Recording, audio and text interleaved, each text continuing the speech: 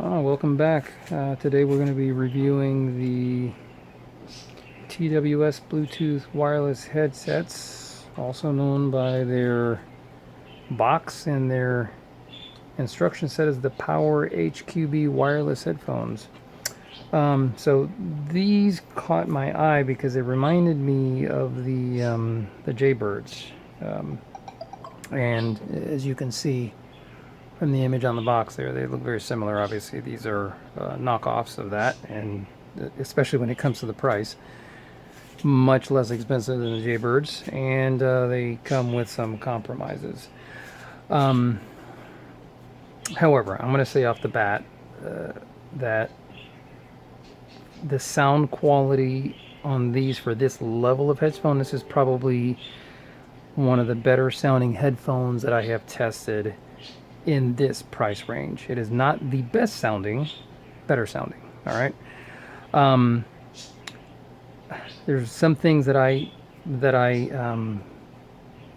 don't like about them. Clearly, I mean, you can tell the box, the actual charging case is really cheap, thin plastic. You can see by those joints there that this thing is eventually going to fall apart. Luckily, the actual lid doesn't do anything other than just open and close. It doesn't actually control power use, doesn't turn anything on or off. The other weird thing is this is the left side and this is the right side, but when you put the headphones in, you're actually putting the left headphone in on this side and you're putting the right headphone in on this side. So it's kind of counterintuitive. Really, it should be this way, right headphone, left headphone. They probably should have had the case open in that direction, so it'd be right. So I don't know why they did it this way. Nonetheless, it works fine. When you take the headphones out, actually, you can see that there are some pogo plugs down at the bottom, kind of metal little pogo pins. That's for charging, corresponds with the pogo pins on the bottom of the headphone. When you put them in, it detects the headphone. This number gives you the amount of percentage charge on the case. This actually gives you the bar percentage charge on the actual headphone.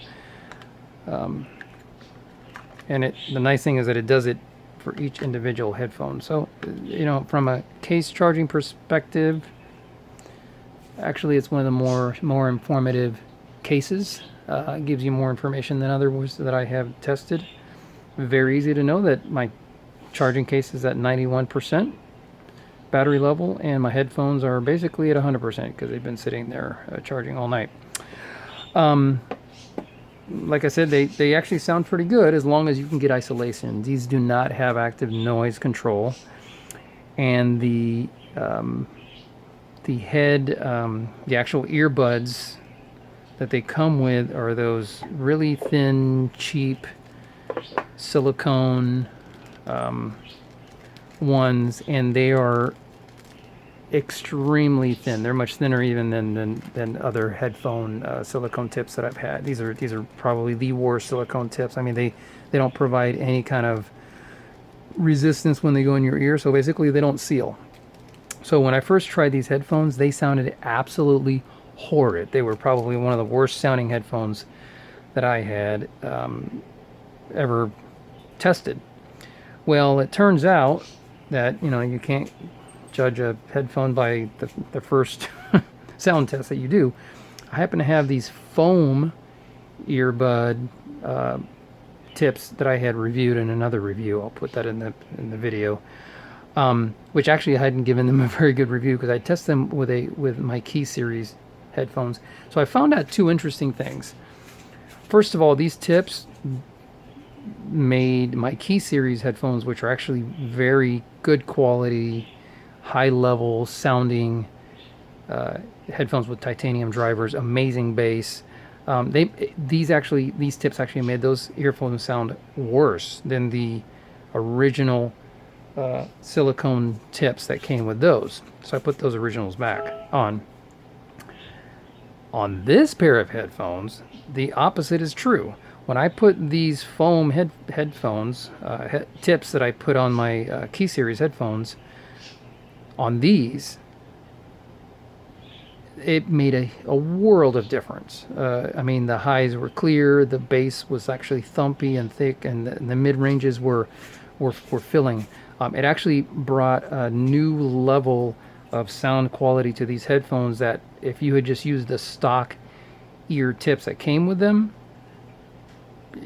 you would probably just throw these away because that's how bad they sounded. They just sounded horrible. That being said, you know, are you going to want to go out and spend $20 on a set of foam tips for a cheap set of, you know, earphones? I don't know. You know, that's your decision to make.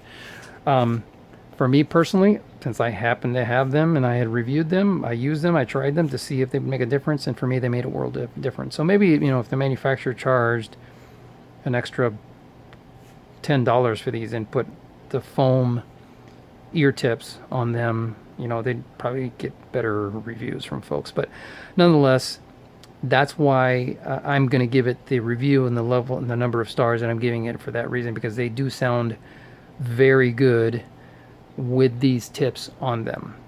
That means the drivers in here are fairly good drivers. So you can control, you know, with the multi-function button here, you can control start, stop, pick up a call, disconnect a call. Here's your volume rocker, also doubles as your previous track, next track by holding it down. So all the typical things that a headset would do. So another interesting thing, I'm a runner.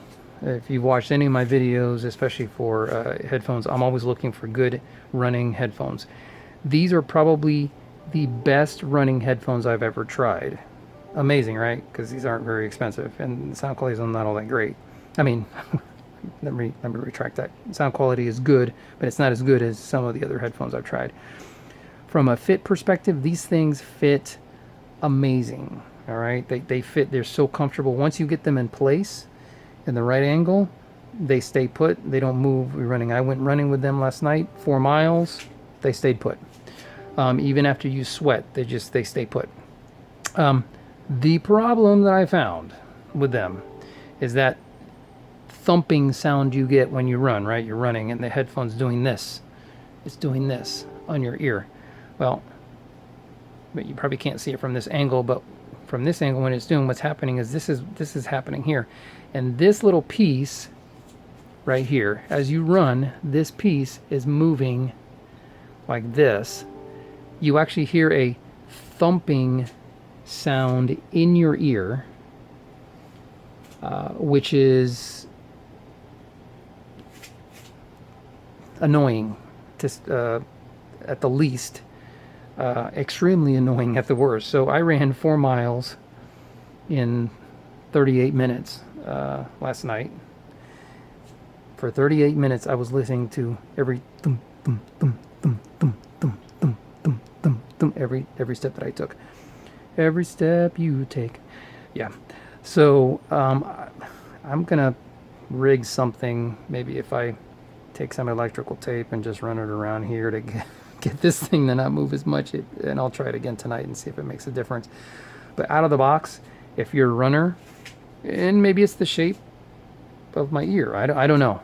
All I know is for me, when I run with these, I'm getting constant thump, thump, thump sound, which is annoying. So even though they sound great and they stay put, they're not good for running under the current build out. And that may be due to the fact that this piece is extremely soft and pliable. I have other headphones that I've tested. I've also tested a pair of ear hooks for my Key Series headphones that I actually reviewed yesterday. So you can check out that review as well too. But the material they use for that, I believe it's silicone as well, but it's a lot stiffer, so it doesn't move, so it doesn't bounce. This stuff, I mean, look at that. See, that's very, very rubbery. So even though it feels great on your ear, and even though it does hold things in place, because you're running, you're constantly getting this bouncing, and you're hearing that in your ear, thump, thump, thump, thump, thump. So if you're a speed walker, these are probably okay with you. If you're just a normal walker, these are okay. If you're a bike rider, probably okay. If you're just going to go scootering, okay. If you're going to be running, unless you enjoy a bass drum thump thump in your ear for the duration of your run, you probably don't want to be wearing these. All right. Like I said, I'm going to do some rigging and see if I can figure out a way to dampen that sound. But nonetheless, there you go. I haven't tested the phone call quality because that's not what I'm going to use them for. I'm sure it's going to sound just as horrible as other knockoffs, so I'm not super concerned about that. I actually have dedicated earpieces that I use if I'm on a phone call that actually sound amazing. So I wouldn't use that for this anyway. They automatically turn off if there isn't anything playing through them after a few minutes to conserve battery. They do have a much longer battery life than normal earbuds because they are bigger. So they probably will last a long time. According to the documentation, it says that the charging case can charge each earbud 4 to 5 times. And let's see here, yeah, 4 to 5 times. Like I said, I just got them, so I can't testify to that yet. And they'll do playback 8 to 10 hours depending on volume level. I think that's based at 80% volume. So they do last longer than your typical wireless earbuds do.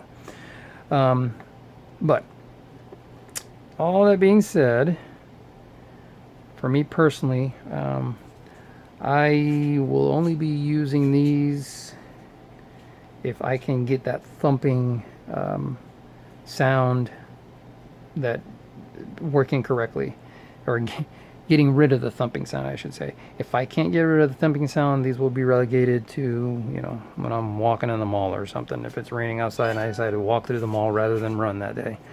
But it's a good fallback set of earphones that I have. All right, well, I hope this was useful to you. And we'll see you in the next review.